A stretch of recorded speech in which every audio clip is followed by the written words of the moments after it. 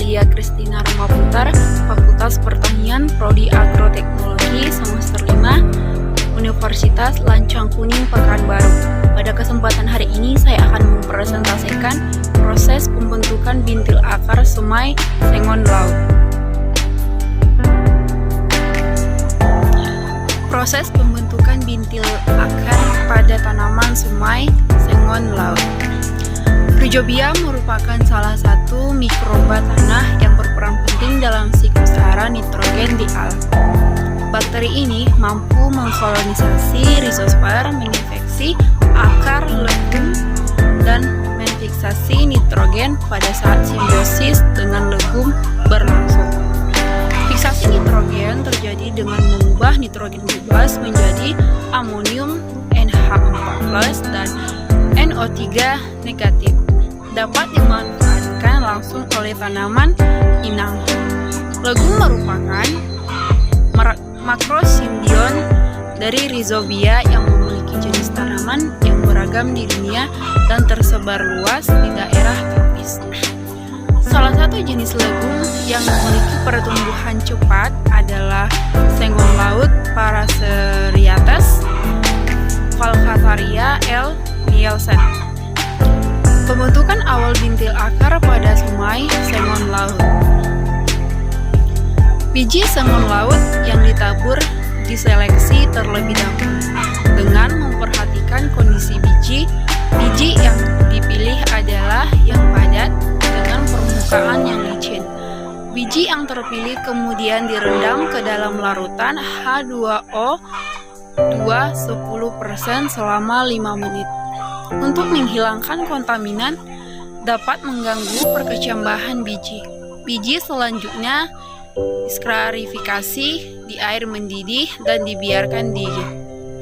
Selanjutnya, perendaman dilakukan selama 24 jam.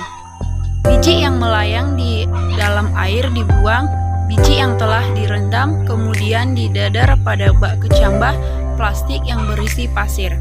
Jarak antar biji yang didadar adalah 5 cm.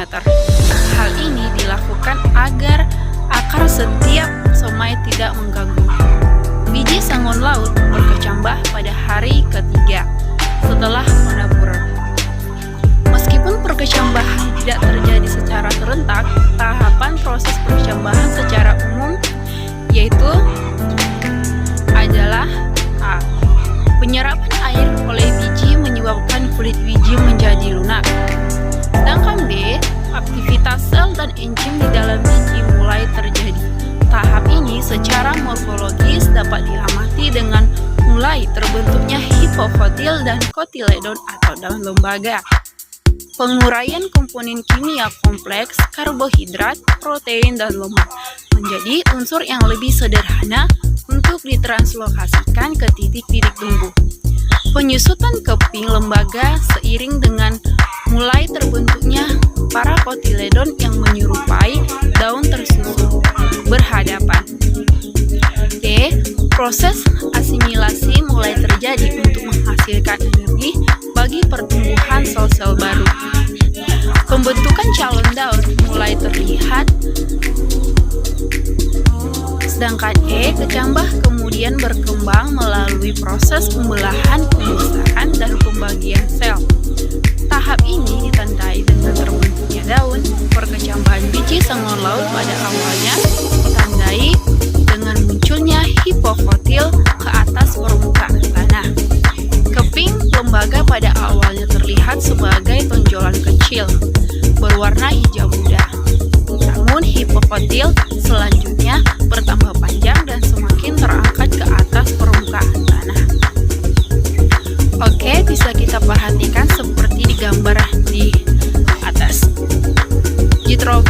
Gitrosopoemo menyatakan proses perkecambahan seperti ini bersifat epigeial, artinya keping lembaga terangkat ke atas permukaan tanah. Epikotil selanjutnya tumbuh menjadi daun pertama, sementara keping lembaga yang berisi cadangan makanan kemudian menyusut seiring terbentuknya daun dan akar. Sedangkan gambar kedua dapat kita perhatikan yaitu perkecambahan epigeial sengon laut Paraseriates Falcataria L.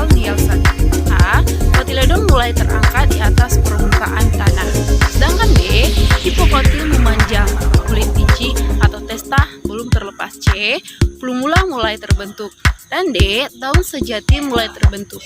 E. Kotiledon sudah terlepas dari semai. Sedangkan F. Kecambah sengun laut berumur 4 hari. Tahap awal pembentukan bintik akar semai berbeda-beda ya pada tiap jenis legum. Umumnya bintik akan terbentuk 5-6 hari setelah inokulasi rhizobium. Sedangkan informasi mengenai pembentukan awal bintil pada legum secara alami masih terbatas. Pembentukan bintil pada sengun laut secara alami menggunakan media pasek yang telah disterilkan terlebih dahulu. Pengamatan akar dimulai saat semai berumur 1 minggu dan semai selanjutnya diamati tiap minggu selama 12 bulan. Oke, sekian dari presentasi saya.